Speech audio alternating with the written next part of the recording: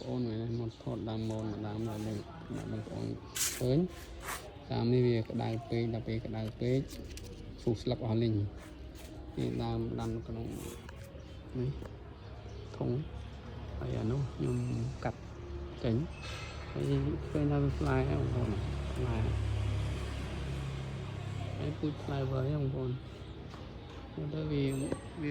មួយបណ្ដាវាផ្លែស្លុកល្អ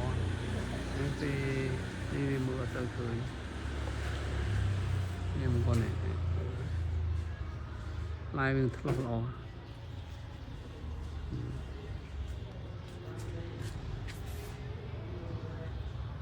ផ្លែច្រើនណាស់